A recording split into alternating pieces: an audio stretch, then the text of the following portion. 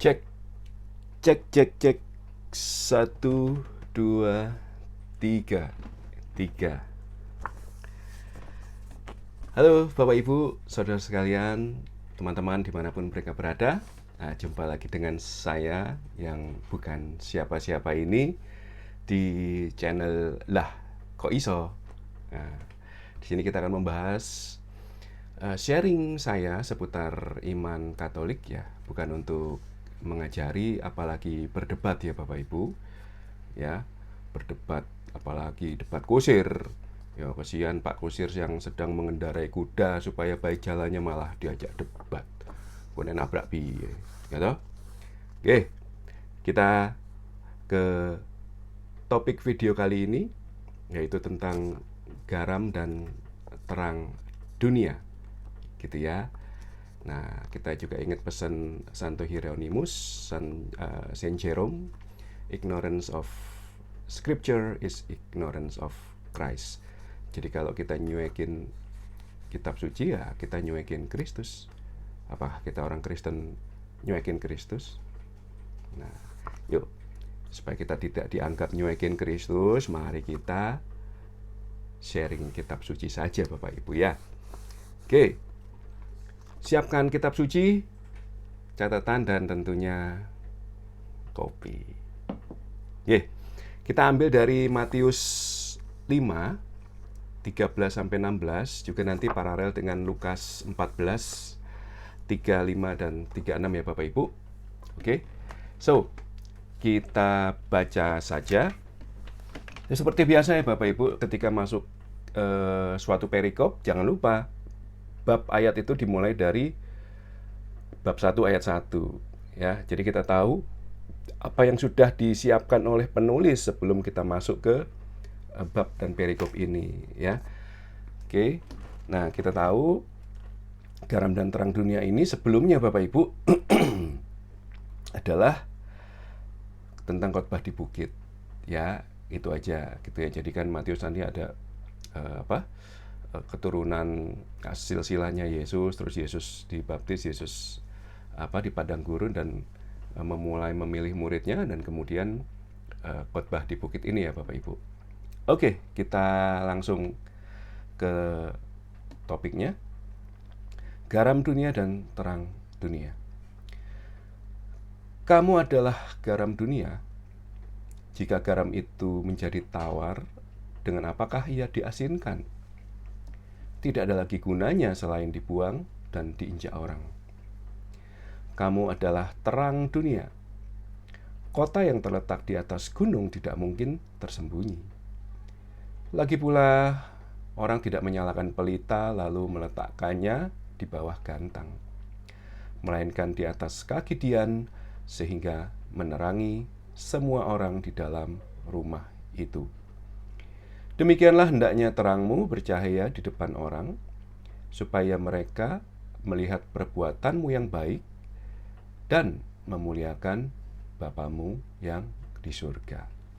Oke, di sebelah sini ada versi Inggrisnya, Bapak Ibu. Nah, apa yang dimaksud dengan garam dunia? Ya, kalau dalam bahasa Inggrisnya, you are the salt of the earth. Ya, salt of the earth. Nah, ini bisa diterjemahkan juga ke tanah Bapak Ibu atau ke soil, ya toh, gitu. Nah, jelasnya nanti kita akan buka di Lukas. Oke, garam apa yang dimaksud dengan yang dimaksud Yesus di sini, ya. Nah, kita tahu kalau bicara tentang garam pasti langsung wah, masakan nih, ya kan, garam dapur gitu, ya kan. Karena kalau masakan tanpa garam itu gimana gitu ya kan, gak enak gitu. Dan kita juga tahu bahwa garam itu sejak zaman dulu dipakai untuk mengawetkan makanan gitu ya, kayak ikan asin contohnya ya kan, bisa bertahun-tahun. Nah, mari kita lihat apa yang dimaksud dengan salt of the earth di sini ya Bapak Ibu. Salt of the earth gitu ya. kita lihat Lukas 14:34. Ya.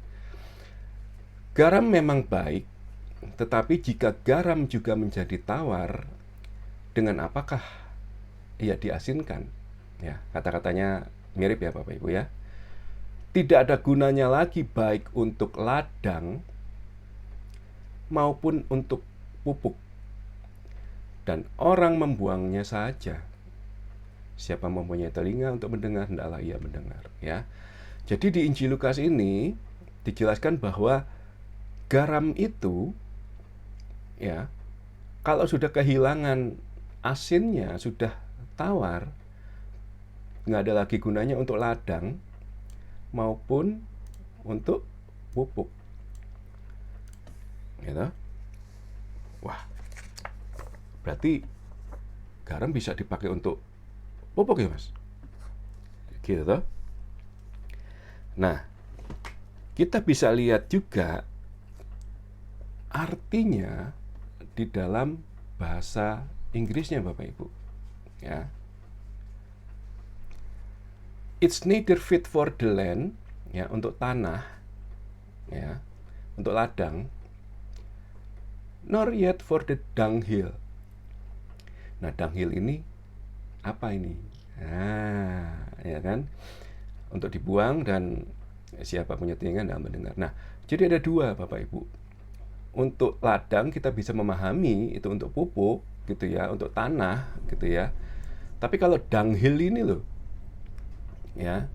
Nah, setelah kita cari terjemahannya itu, ya dung itu yang ngerti bahasa Inggris ngerti lah ya, Bapak Ibu cek sendiri, itu pembuangan kotoran, ya, entah kotoran hewan atau manusia, ya. Dan kemudian manur, tulisannya manure, monggo Bapak Ibu cek Google, ya. Jadi dua nih. Jadi di sini dikatakan bahwa garam itu bisa untuk tanah dan juga bisa atau hubungannya dengan kotoran ini, gitu loh, pup ini loh Bapak Ibu, ya. Nah, dari zaman Perjanjian Lama kita tahu kalau, ya, sumber garam utama dari Laut Mati ini Bapak Ibu, Dead Sea, ya tahu di sini Sea of Galilee atau Danau Galilea, ya. Nah, di sini kurang lebih di dekat Kapernaum, tempat Yesus berkhotbah tadi. Ya, jadi zaman dulu pun orang-orang Israel, orang-orang Yahudi sudah mengenal fungsi garam, ya, sehingga itu Yesus memberikan contoh, ya, perumpamaan itu pasti relate dengan kehidupan masyarakat. Nah, mari kita lihat penggunaan garam zaman Perjanjian Lama, gitu ya. Kok kalau dikatakan untuk land, untuk ladang, berarti bisa untuk pupuk, gitu kan? Asumsi kita, gitu ya. So, jadi kita lihat. Nah, ini kandungan garam di Laut Mati, itu ada magnesium, ada kalium, ya kan. Itu kita aja nggak akan tenggelam di situ Bapak Ibu, karena hampir 30% kandungan garamnya, gitu ya. Gitu. Jadi ini zat-zat yang terkandung, unsur-unsur yang terkandung dalam garam di Laut Mati. Jadi sangat berbeda dengan garam di laut lainnya, ya. Nah, buat yang suka bertani ataupun berkebun pasti tidak aneh dengan yang namanya pupuk NPK. Nah, di sini toh. Jadi kandungan garam di Laut Mati itu mengandung unsur-unsur yang dibutuhkan oleh tanaman, Bapak Ibu. Jadi itu kenapa diumpamakan bahwa kita adalah garam, bisa digunakan untuk tanah. Jadi kalau kita kehilangan asinnya, kehilangan rasanya, kita nggak akan guna lagi untuk pupuk tadi, untuk tanaman tadi, gitu ya.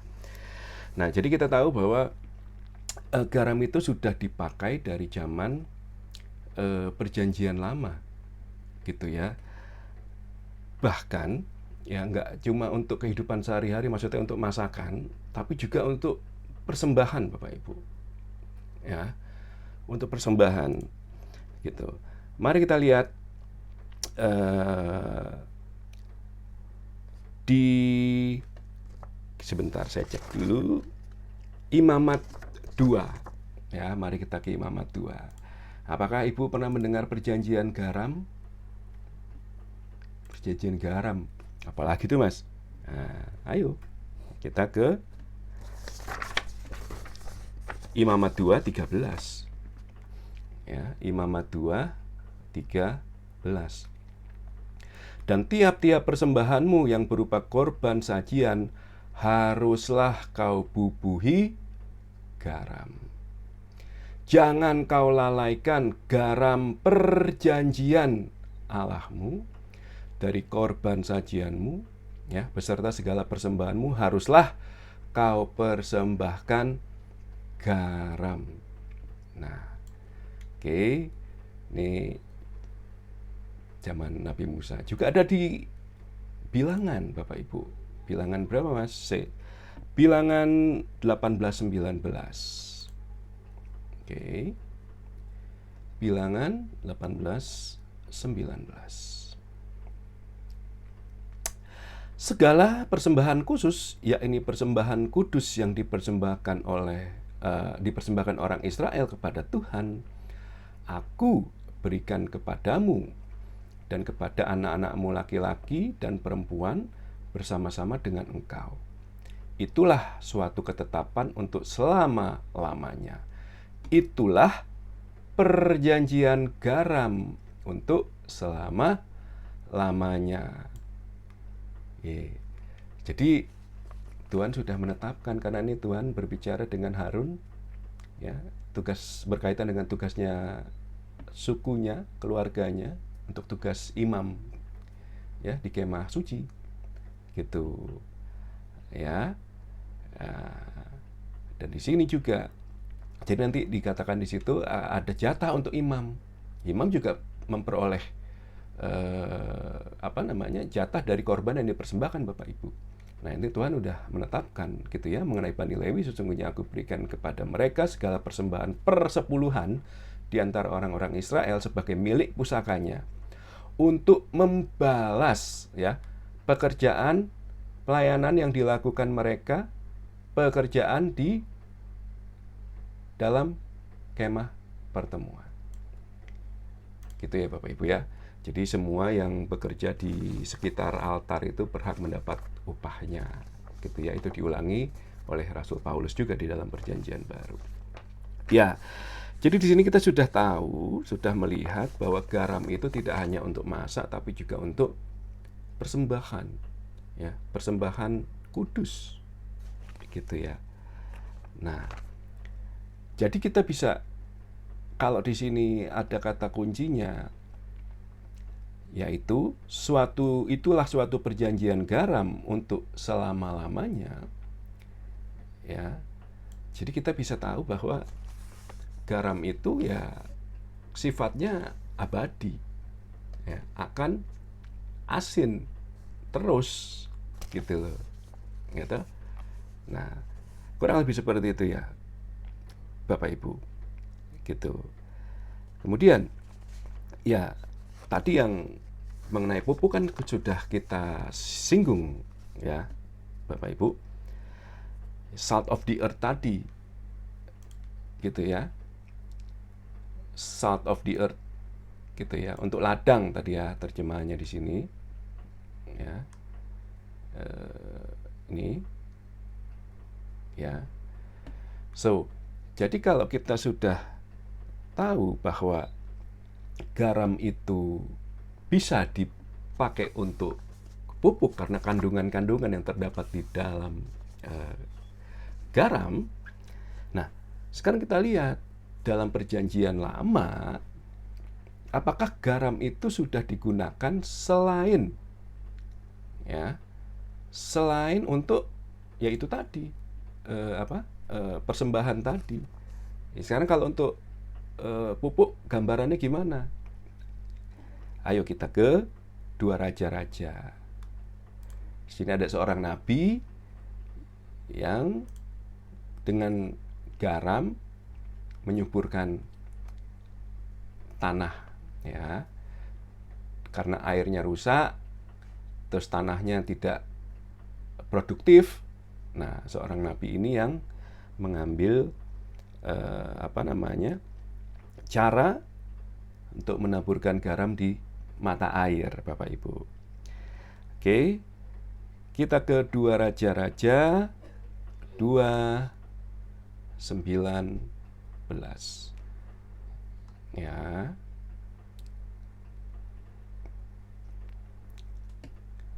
Elisa menyehatkan air di Yeriko. Berkatalah penduduk kota itu kepada Elisa, "Cobalah lihat, letaknya kota ini baik, seperti tuanku lihat, tetapi airnya tidak baik. Dan di negeri ini sering ada keguguran bayi." Nah, juga nanti ada terjemahannya lain. Ini di sini di terjemahan lama diartikan keguguran bayi. Jawabnya, "Ambillah sebuah pinggan baru bagiku dan taruhlah garam ke dalamnya." Ya. Oke. Maka mereka membawa pinggan itu kepadanya, kemudian pergilah ia, Elisa, ke mata air, ya, dan melemparkan garam itu ke dalamnya serta berkata, "Beginilah firman Tuhan, telah kusehatkan air ini, maka tidak akan terjadi lagi olehnya kematian atau keguguran bayi." Demikian air itu menjadi sehat sampai hari ini sesuai dengan firman yang disampaikan Elisa. Gitu. Ya. Nah, kalau kita lihat di sini 2 Kings 2 healing the water. Ya. Oke. The people city said, "Look, ya kan, this town is well situated, as you can see, but the water is bad and the land is unproductive." Ya toh, tanahnya tidak produktif akibat dari air yang jelek mempengaruhi kualitas tanah, Bapak Ibu. Ya, kembali air menjadi sumber kehidupan. Ya, "Bring me a bowl and put salt in it." Gitu, say about it. Gitu ya. So he went out to the spring and threw the salt into it. Gitu ya, Bapak Ibu ya. So, and the water has remained pure to this day. Ya. So di sini sudah kita bisa lihat penggunaan garam di dalam perjanjian lama oleh Nabi Elisa. Gitu ya. Oke. Lanjut. Terus, ya kita tahu bahwa kalau kelebihan garam juga tidak baik tentunya, Bapak Ibu ya. Apalagi yang udah berumur sudah ngerti ya kan, ngurangi garam dan segala macam ya. Gitu. Ya, tetapi juga ya betul, kalau tidak pada takarannya akan merugikan, Bapak Ibu. Ya, garam yang berlebih, sesuatu yang berlebih pasti merugikan. Nah, bagaimana garam itu digunakan kebalikan dari ini? Kalau tadi untuk menyuburkan tanah. Nah, sekarang kita lihat di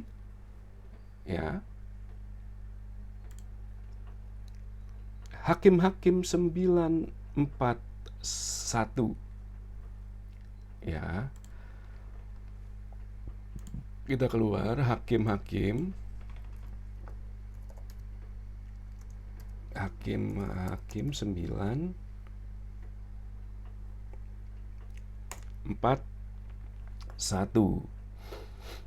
Ya. Nah, di sini wah, ini seru Bapak Ibu kalau dibaca ceritanya tentang Abimelek nih ya, tapi bukan Abimelek zamannya Abraham atau Ishak ya. Ini berbeda ini. Ya, ini zaman Gideon ya. Itu wah, luar biasa. sangat-sangat menarik gitu ya. 4-1 Bapak Ibu.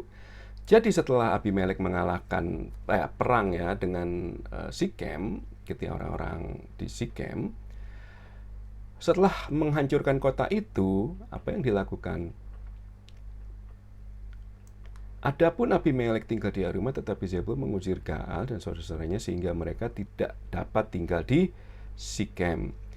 Keesokan harinya, orang-orang kota itu pergi ke ladang. Setelah itu dikabarkan kepada Abimelek bahwa dibawanya lah rakyatnya, dibaginya dalam 3 pasukan, lalu mengadakan penghadangan di ladang.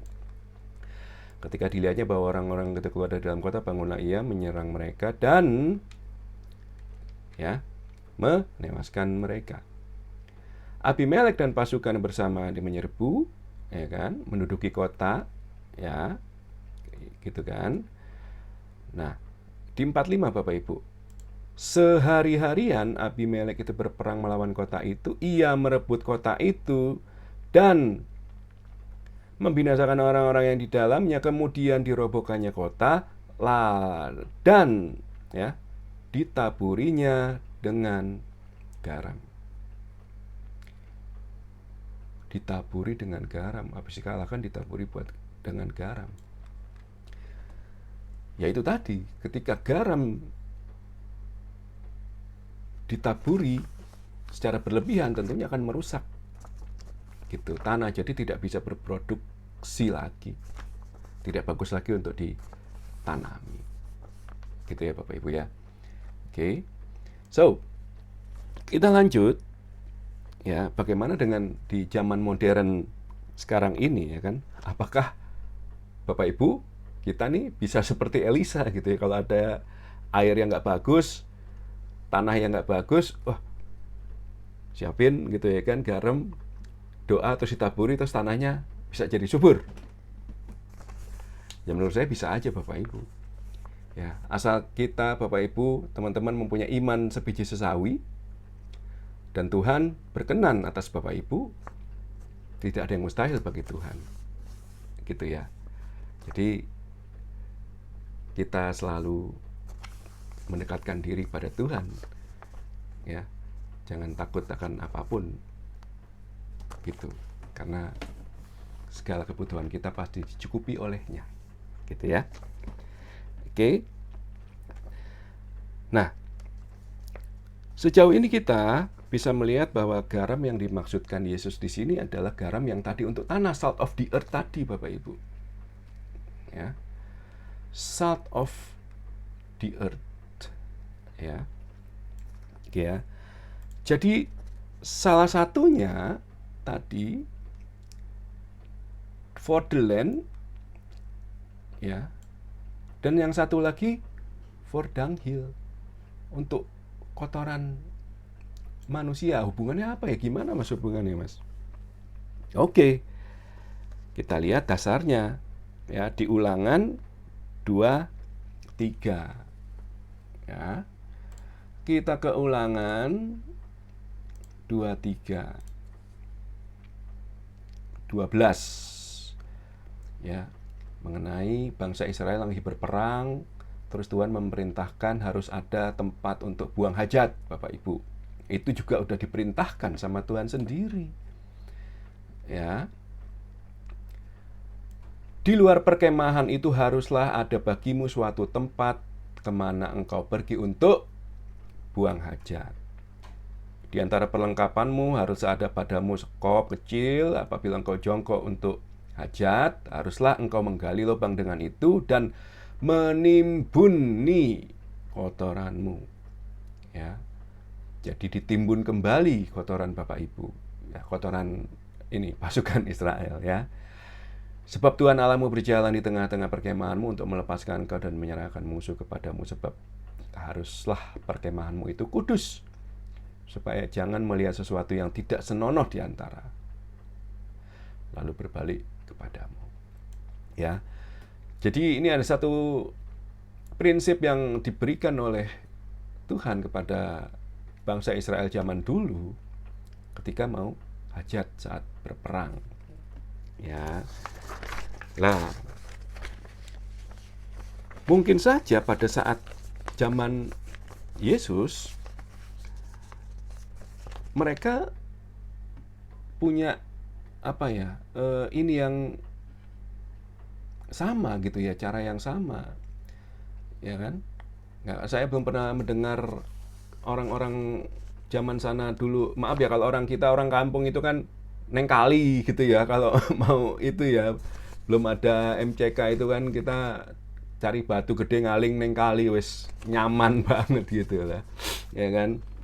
Nah, tapi kalau zaman Yesus mungkin kalau kita lihat aplikasi seperti ini, dan Yesus telah menyebutkan tidak bagus kalau garam kehilangan asinnya untuk tumpukan-tumpukan pup tadi ya, pikiran saya udah langsung ke situ tadi, ya kan, bahwa orang Israel dulu dia pup gali tanah, terus ditimbun, baru diauri garam, gitu loh, ya. Nah, supaya apa? Ya, kita tahu ya bahwa garam digunakan dalam medis, gitu ya, cairan NaCl gitu, sebagai disinfektan, Bapak Ibu, ya. Jadi dengan cara gitu yang sederhana, orang-orang zaman dulu kan nggak kepikiran unsur ini unsur apa gitu ya. Jadi berdasarkan pengalaman ya, garam itu dipakai untuk disinfektan tadi, Bapak Ibu. Ya, oke. Nah, jadi kalau garam itu udah nggak tawar nih misalnya, terus ditaruh di situ supaya niatnya jadi disinfektan, tapi karena sudah kehilangan jati dirinya, ya tidak ada pengaruh apa-apa, gitu loh. Penyakit yang akibat dari pembuangan kita tadi itu ya bisa saja, ya kan, terjadi hal-hal yang tidak diinginkan, Bapak Ibu, dari situ, gitu ya. So, jadi kita sudah bisa melihat bahwa garam yang Yesus maksudkan di sini adalah garam bumi, garam yang dipakai untuk tanah, dalam hari ini pupuk, dan kemudian garam yang dipakai untuk disinfektan tadi, ya, gitu. Lah, kita tahu bahwa garam itu ya tetaplah garam. Tapi kenapa Yesus berkata kehilangan asinnya? Emang garam bisa berubah atau hilang rasa asinnya? Gitu loh. Ayo kita cek sama-sama ya, Bapak Ibu ya.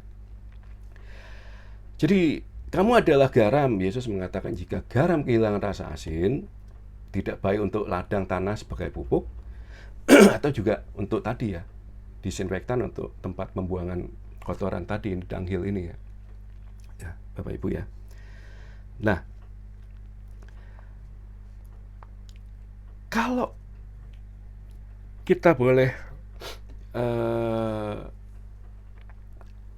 memikirkan lagi bahwa di sini kita sudah melihat garam itu mempunyai dua purpose, dua tujuan, yaitu menumbuhkan hal-hal yang baik seperti pupuk, ya.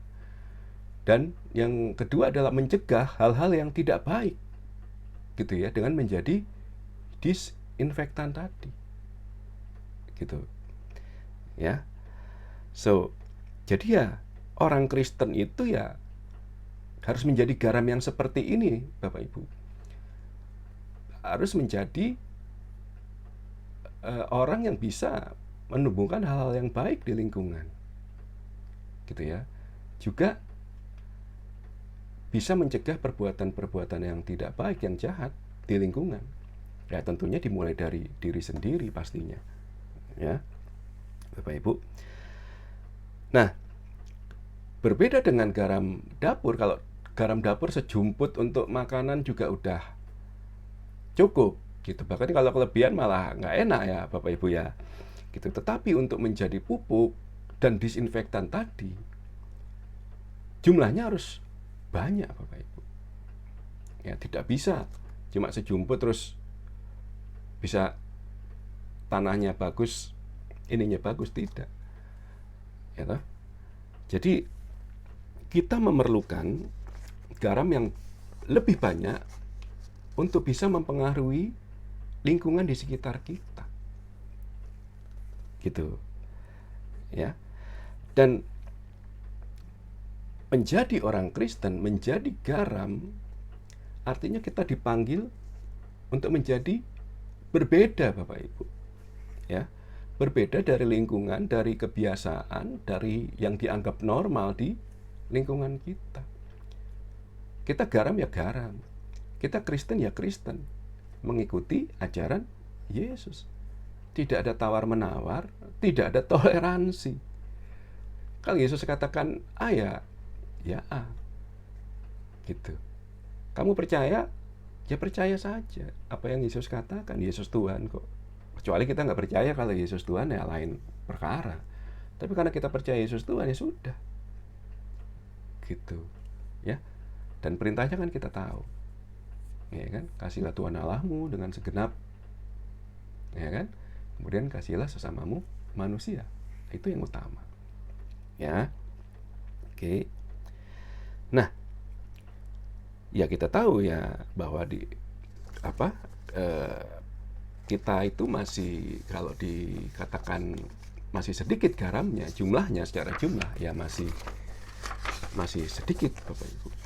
Tapi kalau kita bisa tetap menjadi garam, ya pasti akan ada pengaruhnya nanti bagi lingkungan sekitar kita, orang-orang terdekat kita. Ya, karena tadi Tuhan beserta kita. Gitu ya. Oke. Nah, tadi kita sudah bicara mengenai jumlah ya. Sejumlah kecil untuk masakan jadi enak, untuk pupuk dan untuk disinfektan harus jumlahnya lebih banyak. Nah, kita melihat sisi yang kedua, yaitu sisi distribusi. Distribusi ini artinya penaburan. Ya. Penaburan itu ya sebagai garam. Ya garam itu harus bersentuhan langsung dengan objeknya sehingga bisa mempengaruhi objek itu. Gitu ya. Garam kalau di dalam kotak ya ada masakan di situ, kalau nggak dikasih garam ya nggak berasa apa-apa. Jadi garam harus dicampur bersentuhan langsung dengan objek. Nah, kita harus bersentuhan langsung dengan lingkungan kita supaya lingkungan mendapat manfaat dari kita. Gitu. Ya, Bapak Ibu. Jadi tahulah kita ada di pertemuan, kita berkumpul di gereja, ya. Kita ikut kategorial ini itu dan segala macamnya. Kita belum menjadi garam kalau masih di lingkungan kita sendiri. Ya. Tapi kita kalau turun ke lapangan, berjumpa dengan orang-orang, dengan sesama, ya toh, kita berbuat sesuatu yang Yesus ajarkan dengan menjadi diri kita. Dengan mewartakan Yesus dalam perkataan dan perbuatan kita, orang akan melihat. Gitu loh. Kok orang ini selalu santuy ya, kayak seneng aja gitu, ya kan? Kayak nggak ada yang dikhawatirin. Nah, ya toh? Ya gitu Bapak Ibu. Jadi membuat orang-orang itu bertanya, oh orang Kristen kayak gini tuh, oh dia nggak mau diajak ikut-ikutan ini itu, gitu, ya. Harus seperti itu Bapak Ibu, itulah real Christian gitu ya. Gitu. Lah, tadi kan garam harus bersentuhan langsung dengan objek, dengan lingkungan supaya efeknya itu terasa. Ya. Dan kehadiran orang Kristen itu bisa membuat perubahan yang baik, Bapak Ibu. Ya. Dengan menjadi orang Kristiani, kita akan berkomunikasi dengan baik antara sesama orang Kristiani, ya, baik di kantor atau di lingkungan, gitu ya. Kalau kita berkumpul sesama orang Kristiani, berkomunikasi dengan sesama orang Kristiani, ya, kita punya bahasa yang tidak dimiliki oleh orang lain, gitu. Yaitu bahasa kasih, Bapak Ibu. Ya, bahasa yang hanya bisa dimengerti kalau kita mengenal Yesus. Karena bahasa kasih, Yesus yang mengajarkan. Ya, itulah Bapak Ibu sesama orang Kristen harus memahami ini, gitu. Sehingga kita bisa menjadi garam, kita bisa menjadi terang bagi sesama kita. Ya, oke. Nah, disitulah kita hadir untuk memperkenalkan Yesus kepada sesama, kepada lingkungan, kepada dunia. Ya, Mas, di tempat kerjaku aku cuma wong Kristen sendiri, gitu ya, kok koyo ini abot ya, berat ya kan, gitu. Terus koyo pengen pindah Mas ke perusahaan lain yang mungkin ada orang Kristennya lebih banyak, gitu ya. Ada nggak seperti itu Bapak Ibu, teman-teman? Ya. Nah, kalau ada seperti itu ya saya hanya bisa bilang ya, mungkin Tuhan menempatkan Bapak Ibu di situ. Ya, untuk menjadi garam di situ, untuk menjadi terang di situ.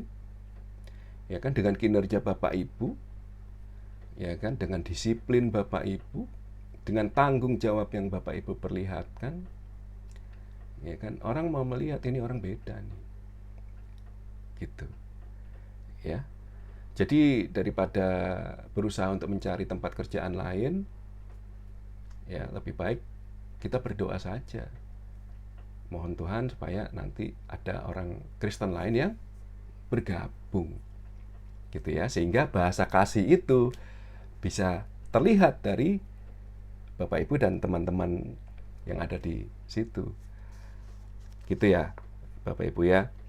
Dan juga ingat Bapak Ibu, ya, di luar sana juga banyak orang Kristen, orang Kristiani yang KTP, ya, yang ngaku Kristen tapi mencuri, korupsi, gitu ya, ajak kong kali kong, ajak yang nggak bener, ya, ngomong nggak disaring, sikapnya itu jauh dari apa yang Yesus ajarkan, ya, dan itu nyata, gitu. Nah, itu sih yang membuat kita semua ya prihatin, ya, prihatin Bapak Ibu, gitu. Nah, jadi Bapak Ibu, ya, dimanapun Bapak Ibu berkarya, bekerja ataupun usaha, ketemu dengan banyak orang, ya, bentengi diri kita dengan doa dan kitab suci, ya. Buat orang Katolik tentu saja jangan tinggalkan ekaristi demi kerjaan, demi uang, karena semua itu adalah kesia-siaan, ya. Semua itu akan musnah, semua itu tidak akan dibawa mati, ya. Enteng banget Mas ngomong, ya memang kenyataannya seperti itu, ya kan. Tuhan sendiri bilang kan, boleh cari kekayaan, tapi kalau besok kamu dipanggil, ayo, gitu. Carilah harta yang tidak bisa dicuri, yang tidak dimakan ngengat, gitu, ya. Oke, kembali kepada garam. Yang kata Yesus tadi ya, bisa kehilangan asinnya loh kalau garam, ya. Mana tadi? Ini menjadi tawar, dengan apa dia diasinkan? Gitu. Nah, jadi bagaimana Mas, ya, seorang Kristen garam tadi bisa kehilangan asinnya, bisa kehilangan jati dirinya, bisa kehilangan apa ya bahasanya tuh, yaitu tadi, gitu ya, karakternya, ya. Contoh gini Bapak Ibu ya, kalau Dulu saya kecil mules buang-buang air gitu ya. Obatnya kan ya itu oralit gitu. Tapi kalau nggak ada kan dikasih larutan gula garam. Ya. Gimana rasanya? Ya, ya tentu saja nggak enak ya Bapak Ibu ya. Gitu loh. Nah, dari sini kita bisa melihat bahwa garam itu akan kehilangan asinnya kalau bercampur dengan zat lain. Ya, bercampur dengan unsur lain. Nah, bagaimana orang Kristen bisa kehilangan jati dirinya? Ya ketika kita membiarkan dunia masuk ke dalam diri kita. Kita membiarkan semua itu mempengaruhi pikiran kita, menggerus apa yang Yesus perintahkan, apa yang Yesus larang, Bapak Ibu. Ya. Kita hanyut dalam arus dunia yang sudah tidak jelas ini, boleh itu, ya toh, yang jelas-jelas bertentangan dengan ya ajaran Yesus, kitab suci. Ya. Nah, disinilah peran kita sebagai garam ya untuk menarik saudara-saudara kita yang tadi, Bapak Ibu. Ya. Untuk kembali kepada firman Tuhan, untuk kembali kepada Yesus. Ya. Untuk saling menguatkan, saling menegur, saling menasehati, dan juga saling mendoakan gitu. Dan juga kita harus rendah hati pada saat kita ditegur. Karena orang lain itu pasti melihat, loh, Mas itu salah. Oh iya, wah makasih ya, jadi kasih tahu. Kita perlu sikap kerendahan hati. Karena biasanya kan orang kalau ditegur kan ngamuk. Ya itu, kita orang Kristen begitu ditegur kita introspeksi. Wah, terima kasih ya udah ditegur ya. Gitu Bapak Ibu. Karena itu menyelamatkan Bapak Ibu. Ya kan? Menyelamatkan orang yang ditegur. Gitu. Mari kita lihat dasarnya, karena segala sesuatu itu harus ada dasarnya. Gitu. Kita ke Ibrani Bapak Ibu, Ibrani 3. Ya, Ibrani 3.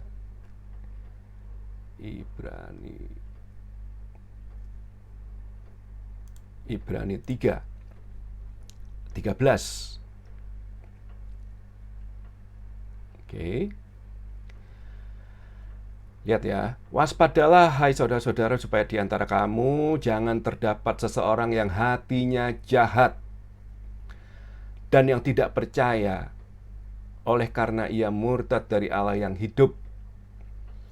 Tetapi nasihatilah seseorang nasihatilah seorang akan yang lain setiap hari selama masih dapat dikatakan hari ini. Karena besok belum tentu ada, Bapak Ibu. Kita belum tentu melihat besok.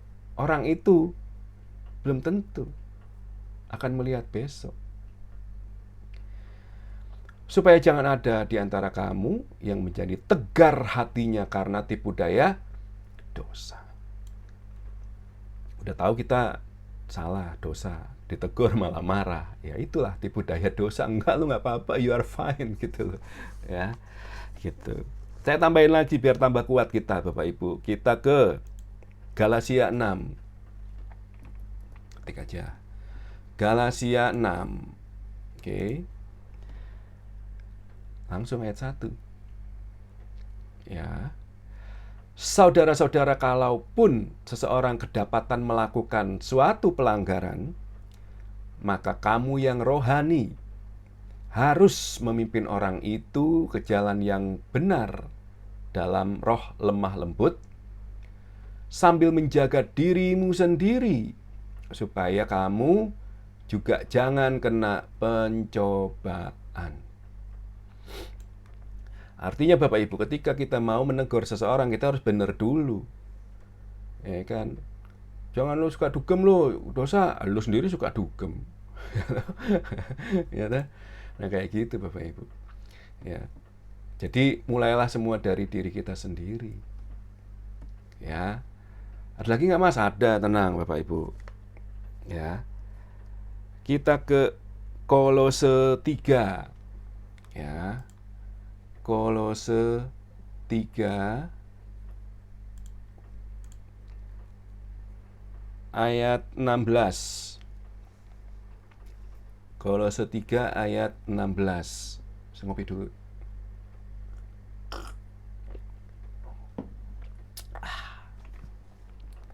Ya.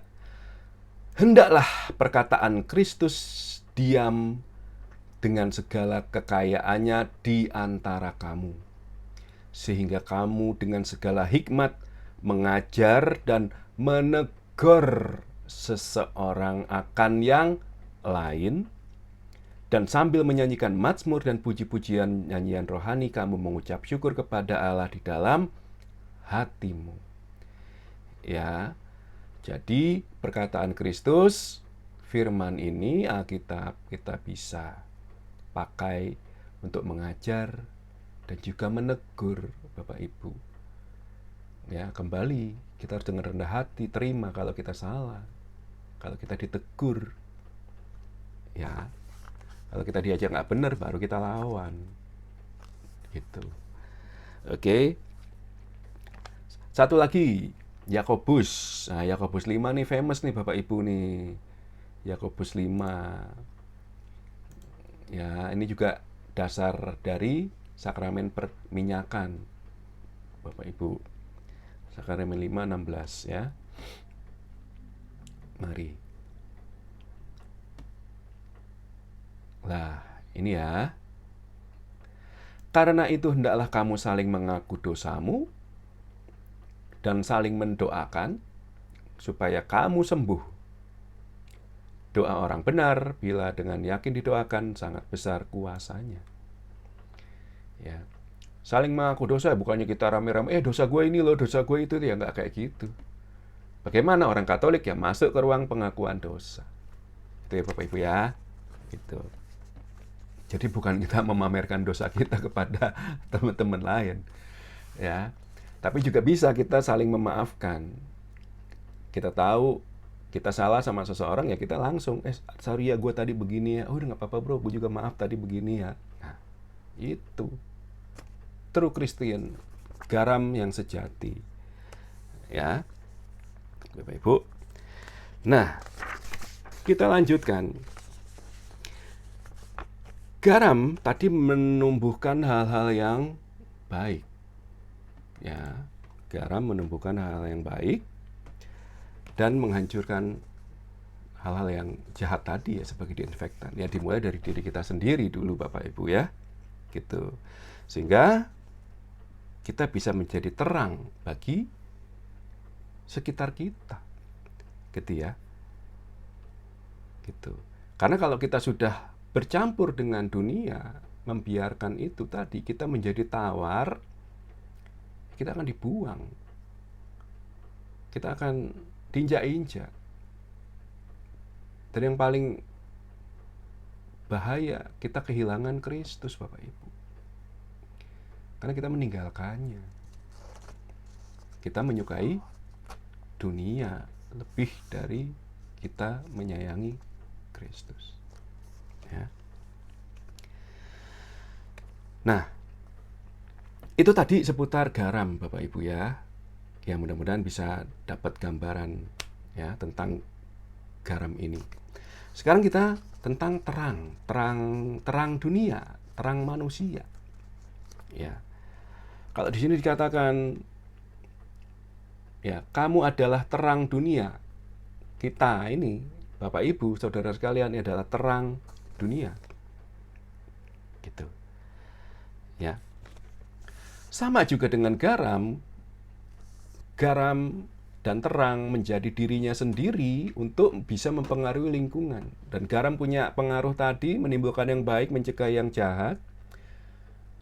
Kalau terang ya juga sama. Gitu ya. Apa yang terjadi kalau terang itu datang? Yang pasti, ketika terang hadir, kegelapan menyingkir. Ya, paling tidak kita bisa melihat sesuatu, kita mati lampu, kita punya senter, punya lilin, kita bisa melihat sekitar kita, sehingga kita tidak jatuh, kita tidak tersandung. Ya. Dan yang kedua, ketika terang itu hadir,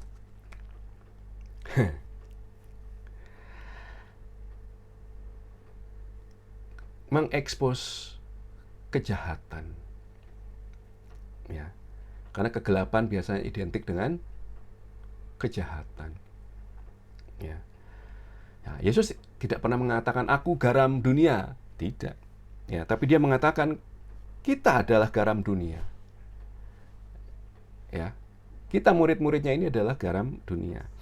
Tapi tentang terang, Yesus mengatakan, akulah terang dunia, terang manusia. Ya. Dan kita juga terang. Nah, jadi kita bersama Yesus adalah terang dunia. Ya, Bapak Ibu. Gitu ya. Mari kita lihat di Yohanes 8. Oke. Yohanes 8 ini kita geser aja. Salah.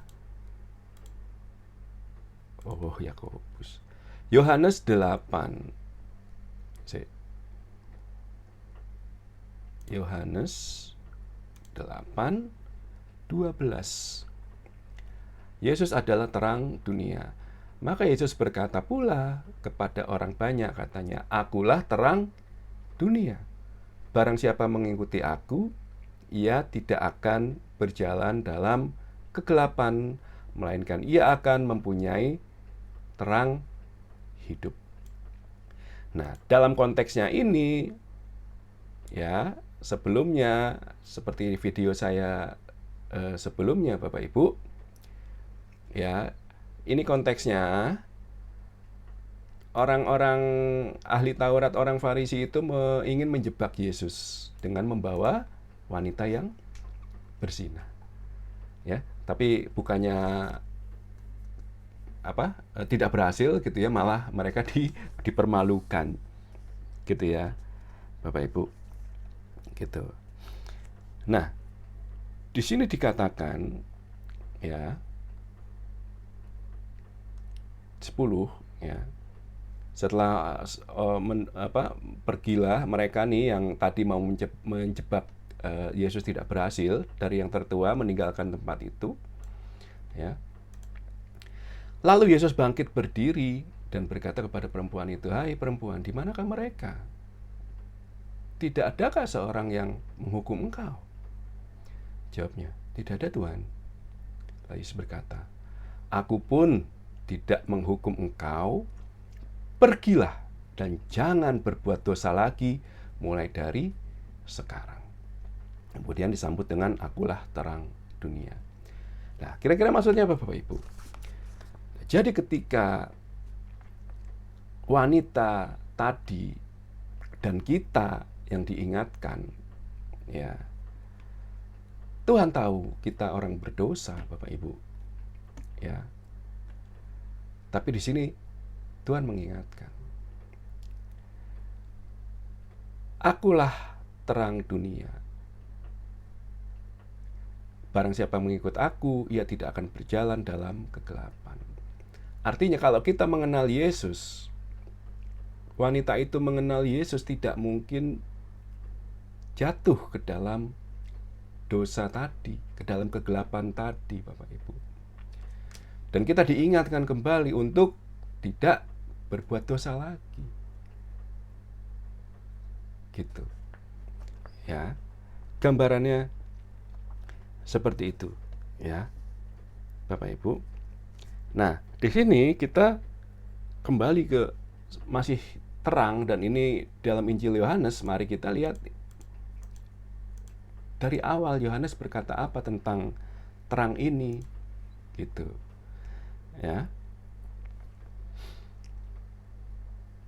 Terang itu bercahaya di dalam kegelapan dan kegelapan tidak menguasainya.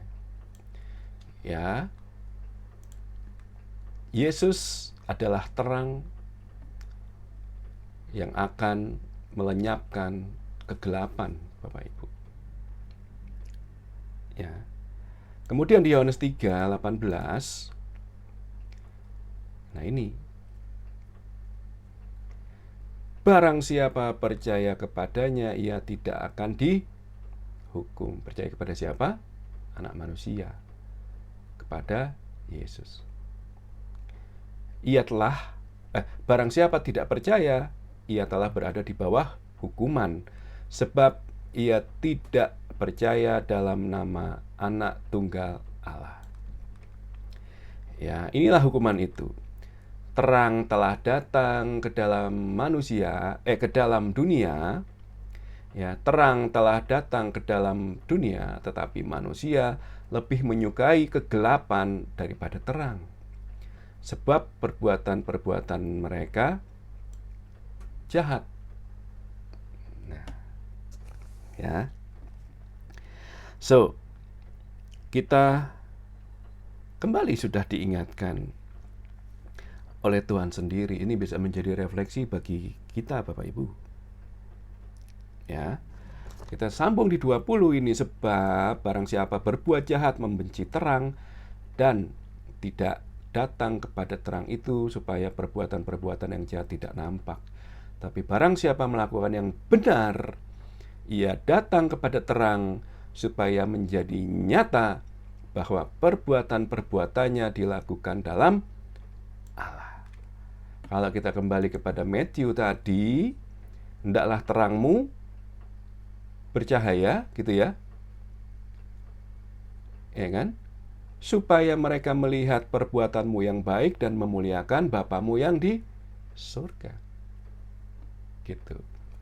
Jadi kita disebut terang ya kalau kita menjadi terang ya kalau kita melakukan apa yang benar. Gitu.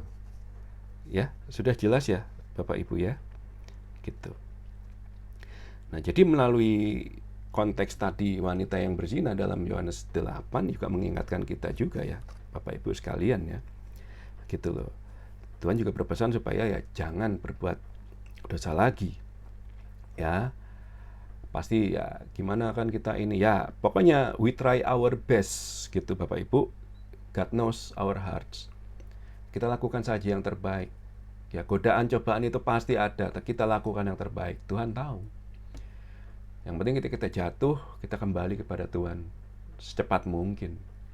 Ya, jangan tunda-tunda pertobatan kita, jangan tunda-tunda kita mengakui dosa dan kesalahan kita. Kalau enggak nanti makin bertumpuk Bapak Ibu. Ya, dan kita nggak tahu kapan saatnya kita dipanggil atau Tuhan datang kedua kali. Ya. Jadi apakah mudah untuk menjadi garam dan terang dunia? Oh, tentu saja tidak Bapak Ibu. Ya, ikut Kristus itu tidak mudah, panggul salib kok. Ya. Ikut menderita. Ya. Seperti Yesus menderita. Gitu loh. Tapi apa ada tips nggak Mas? Supaya gimana gitu, supaya lebih confidence kita berjalan bersama Tuhan gitu, menjadi orang Kristen yang baik ya. Gimana? Ya, kembali lagi Bapak Ibu ya, kita menjadi seorang Kristen artinya menjadi berbeda dengan lingkungan kita, berbeda dengan dunia. Ya. Nah, mari kita lihat petunjuk ya, tips ya, bukan dari saya tapi dari Tuhan sendiri. Ya. Kita lihat di sini ya. Mudah-mudahan bisa jadi refleksi buat kita karena ini Tuhan sendiri yang berbicara Bapak Ibu. Sebelumnya ya. Bagaimana menjadi garam, menjadi terang, menjadi berbeda dari dunia. Oke ya. Yesus berbicara kepada orang banyak dan para muridnya ada di situ Bapak Ibu. Berbahagialah orang yang miskin di hadapan Allah, karena mereka yang empunya kerajaan surga. Ya. Kalau bahasa Inggrisnya poor in spirit, Bapak Ibu. Ya. Jadi pertanyaannya, apakah Bapak Ibu selalu mengandalkan Tuhan? Tidak hanya dalam kesulitan baru kita teriak-teriak, berdoa, tetapi dalam situasi normal, situasi yang biasa, atau sesuatu yang kebisaan Bapak Ibu bisa ini, bisa itu, apakah Bapak Ibu mengingat Tuhan? Ya. Atau apakah Bapak Ibu cenderung mengandalkan diri sendiri? Gue bisa nih, gampang, udah. Gitu ya. Atau Tuhan, tanpamu aku nggak bisa apa-apa nih. Ya. Your confidence or God's confidence gitu. Ya, Bapak Ibu. Kemudian yang kedua, berbahagialah orang yang berduka cita karena mereka akan dihibur. Ya ingat Bapak Ibu, kita dipanggil berbeda menjadi garam dan terang.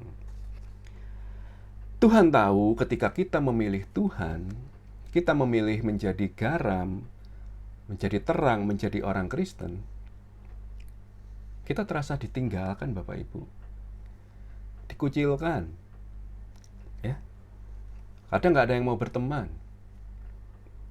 Ya. Kita merasa sendiri. Ya toh?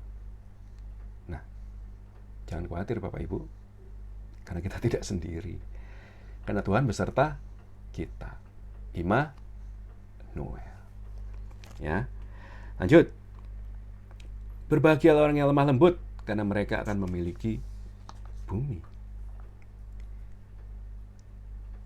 Apakah Bapak Ibu kita bisa tenang, bisa humble, rendah hati, dalam menghadapi orang-orang di sekitar kita yang kadang nyebelin, judes gitu ya, atau malah suka ngomongin kita, ya? Atau ketika ada pelayanan di gereja, di lingkungan gitu ya, sedikit yang bersedia, lo lagi, gitu. Bisa Bapak Ibu sanggup gitu ya, bersikap lemah lembut, rendah hati di sini. Atau tadi, pada saat kita ditegur atas kesalahan kita, apakah kita bisa menerima dengan segala kerendahan hati? Oke. Kemudian, berbahagialah orang yang lapar dan haus akan kebenaran. Ya. Yesus adalah jalan dan kebenaran dan hidup. Yesus adalah terang manusia. Barang siapa melakukan yang benar, ia datang kepada terang. Ia datang kepada Yesus. Apakah Bapak Ibu punya ambisi untuk melakukan sesuatu yang benar? Atau ambisi Bapak Ibu hanya untuk kepentingan diri sendiri? Ya, pengen jabatan, pengen terkenal, ya, pengen kekayaan.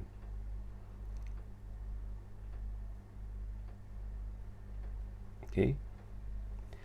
Berbahagialah orang yang murah hatinya, karena mereka akan beroleh kemurahan. Tuhan tahu bahaya ambisi tadi Bapak Ibu. Ya. Ketika Bapak Ibu mengejar ambisi, kemurahan hati akan hilang dari Bapak Ibu. Orang akan menjadi kejam, orang akan menghalalkan segala cara untuk menggapai ambisi tersebut. Ya. Jadi hati-hati dengan ambisi. Berbahagialah yang suci hatinya, karena mereka akan melihat Allah. Berhati suci, berhati murni yang mengarahkan diri kita kepada Allah, dalam setiap pikiran kita, perkataan kita, dan tentunya perbuatan kita, Bapak Ibu. Fokusnya hanya untuk kemuliaan Tuhan. Di dalam hatinya tidak ada motif lain ya. Ya, apalagi sampai menduakan Tuhan. Ya kan? Karena kan jelas ya, jangan ada Allah lain, ilah-ilah lain, idols. Ya kan? Karena Allah kita ada Allah yang cemburu. Ya, contohnya berbuat baik biar dilihat orang, gitu toh. Terus kita suka ngomong doang tapi dikerjain enggak, gitu kan. Atau kita ngomong yang baik-baik gitu ya kan, ngomongnya baik tapi kelakuan kita tidak mencerminkan omongan kita. Kan bisa. Ya, dan banyak itu. Gitu ya. Gitu. Atau misalnya saat ke gereja Bapak Ibu. Nah, ini yang penting nih. Ya. Tidak terlambat, ya, berpakaian yang sopan, ya, tidak ngobrol di dalam gereja, Bapak Ibu, ya, berpuasa, ya, 1 jam sebelumnya berpuasa, Bapak Ibu. Ini malah udah misa mau mulai masih kelepas-kelepus ya kan, batang di halaman, malah sarapan dulu, ngopi dulu di kantin misalnya. Ya, Pak Ibu. Di gereja juga ya. Ada itu. Ada itu. Dikit-dikit lihat jam, lihat HP. Bapak Ibu. Ya. Kita ke gereja untuk Tuhan, Bapak Ibu, untuk menyambut Tuhan di dalam Ekaristi. Apakah Ibu tahu akan ada akibat ketika Bapak Ibu meremehkan Ekaristi, meremehkan tubuh Tuhan? Saya kasih lihat Bapak Ibu, bukan saya yang ngomong. 1 Korintus 11, 23 mulai, ayat 23. Sebab apa yang telah kuteruskan kepadamu telah aku terima dari Tuhan, yaitu bahwa Tuhan Yesus pada malam waktu ia diserahkan, ia mengambil roti, dan sesudah itu ia mengucap syukur atasnya. Ia memecah-mecahkan dan berkata, inilah tubuhku yang diserahkan bagi kamu. Perbuatlah ini menjadi peringatan akan aku. Demikian juga ia mengambil cawan, sesudah makan ia berkata, cawan ini adalah perjanjian baru yang dimeteraikan oleh darahku. Perbuatlah ini setiap kali kamu meminumnya, menjadi peringatan akan aku.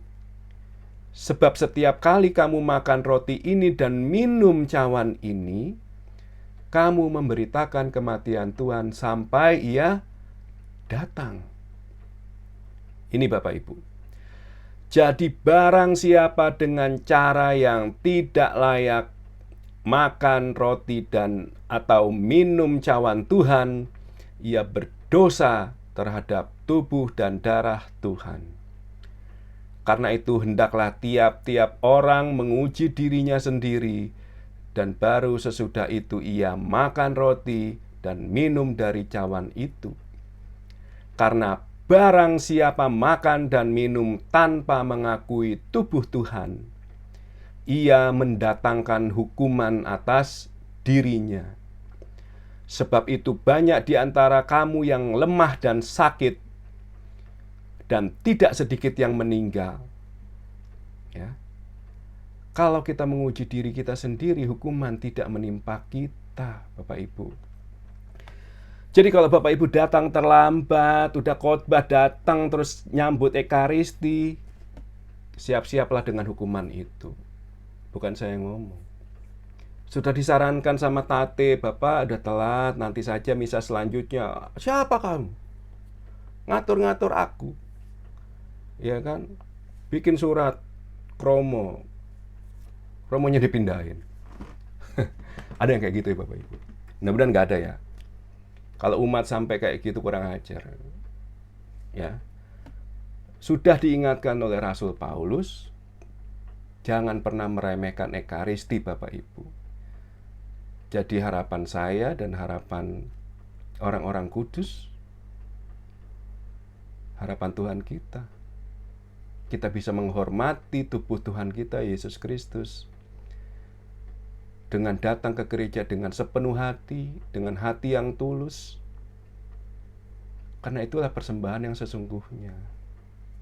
Gitu Bapak Ibu. Ya.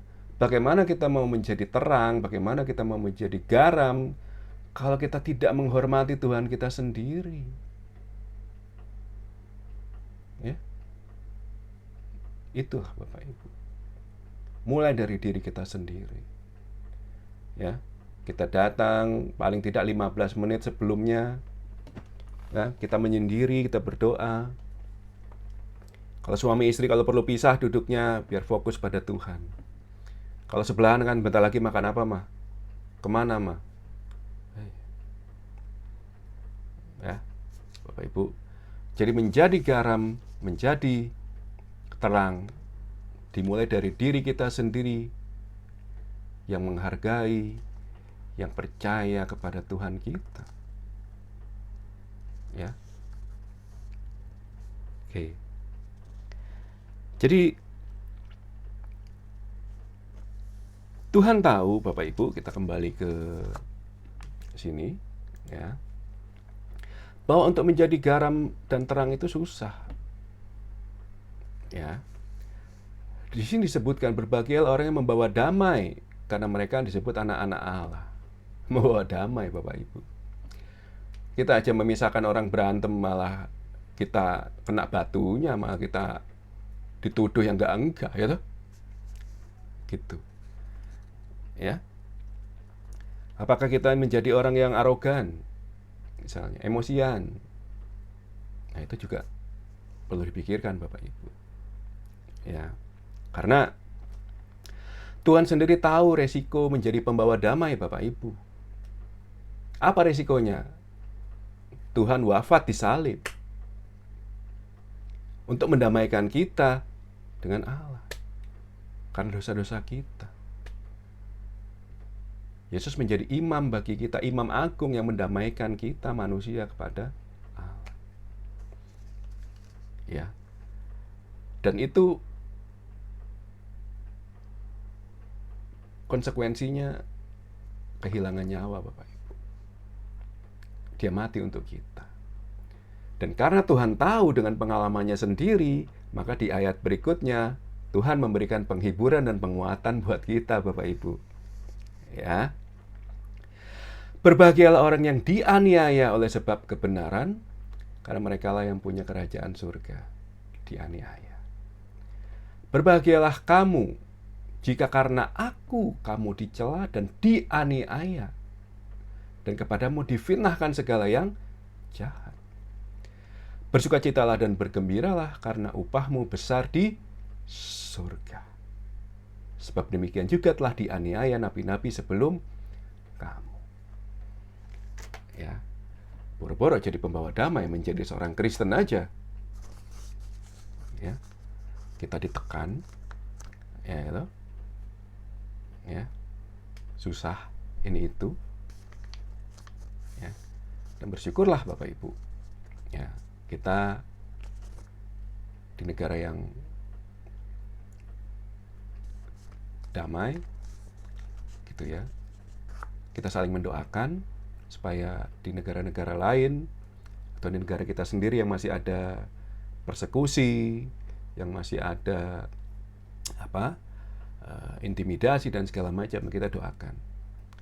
Ya, supaya kita bisa menjadi terang, bisa menjadi garam, mereka dikuatkan. Gitu loh. Dan kita sadar bahwa ini sudah dituliskan oleh Tuhan.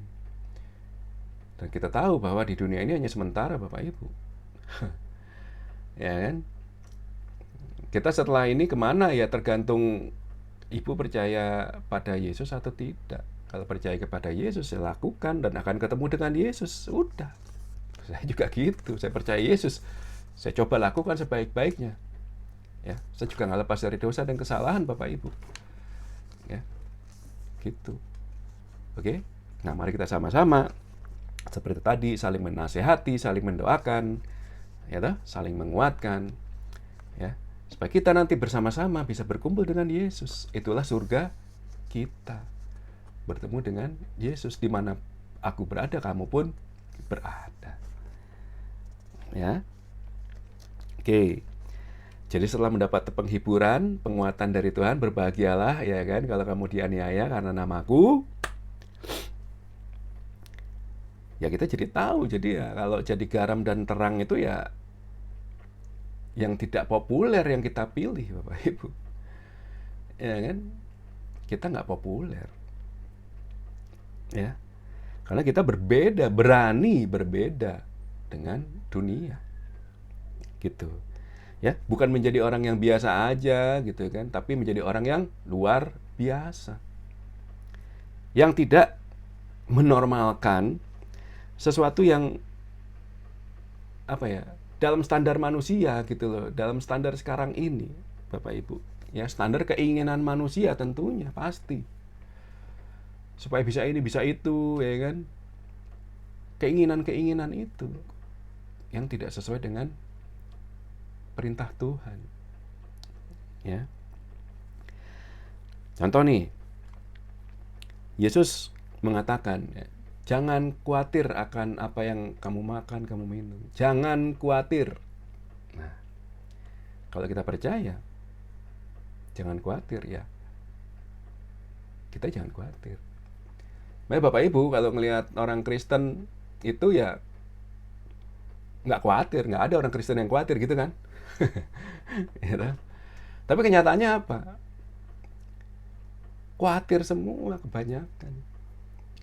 Khawatir masa depan, khawatir cicilan, tagihan, gitu. Khawatir pasangan nih, nanti kalau curang, cheating, ya. Khawatir nanti kalau dipindahkan kerjaan dan segala macamnya, khawatir jualannya nggak laku dan segala macam, segala kekhawatiran, ya, macam-macam. Bapak Ibu, Tuhan Yesus dalam mengatakan jangan khawatir kan tidak dalam konteks guyonan, ya. Kalau Tuhan berkata jangan khawatir, ya kita jangan khawatir, nggak perlu khawatir kita. Ya kan, burung-burung di udara aja dipelihara kok. Apalagi kita yang disayanginya. Gitu. Ya. Karena di dalam kerajaannya nggak boleh ada kekhawatiran, Bapak Ibu.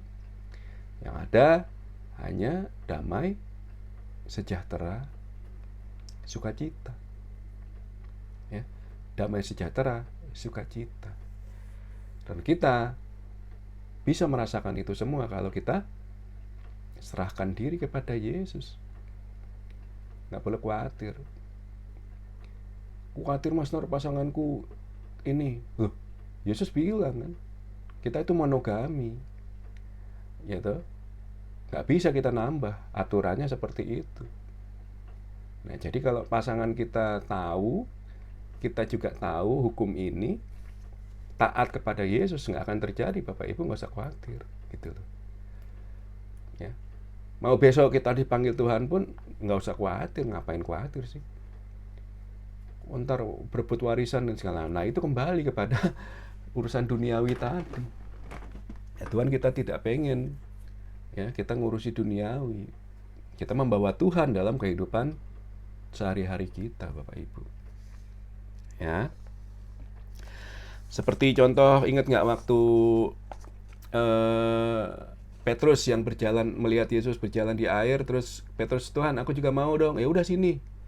Terus Petrus berjalan di atas air, udah jalan di tengah-tengah, dia nengok kiri kanan karena angin, akhirnya tenggelam. Yesus datang, kamu kurang percaya. Juga ingat yang para murid di perahu bersama Yesus, Yesus tidur, kemudian badai, mereka takut apa? Takut mati. Dibangunkan Yesus. Ya. Nah, murid-murid aja punya kekhawatiran seperti itu, Ibu, Bapak. Ya, apalagi kita, gitu ya. Ya.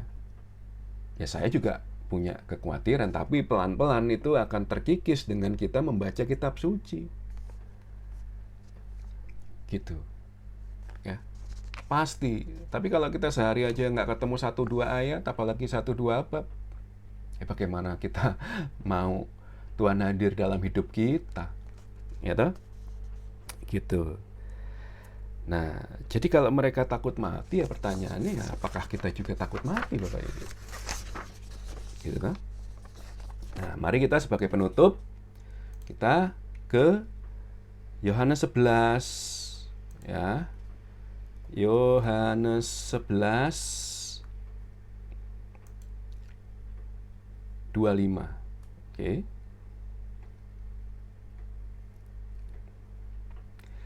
Jawab Yesus, "Akulah kebangkitan dan hidup. Barang siapa percaya kepadaku, ia akan hidup walaupun ia sudah mati. Dan setiap orang yang hidup dan yang percaya kepadaku, ia tidak akan mati selama-lamanya." Percayakah engkau akan hal ini? Percayakah Bapak Ibu, saudara sekalian akan hal ini? Demikian Bapak Ibu, sharing saya di Garam dan Terang ini. Ya, semoga Tuhan menjaga kita, membimbing kita supaya tetap seutuhnya menjadi garam dan terang, ya. Terang tidak padam dengan perbuatan-perbuatan benar yang kita lakukan, Bapak Ibu. Ya. Dan ya, kembali kita serahkan hidup kita dalam doa. Ya, terima kasih sudah menonton. Ya, kemuliaan kepada Bapa dan Putra dan Roh Kudus seperti pada permulaan, sekarang, selalu, dan sepanjang segala abad. Amin. Dalam nama Bapa dan Putra dan Roh Kudus. Amin. Terima kasih Bapak Ibu, saudara sekalian. Tuhan memberkati. Amin.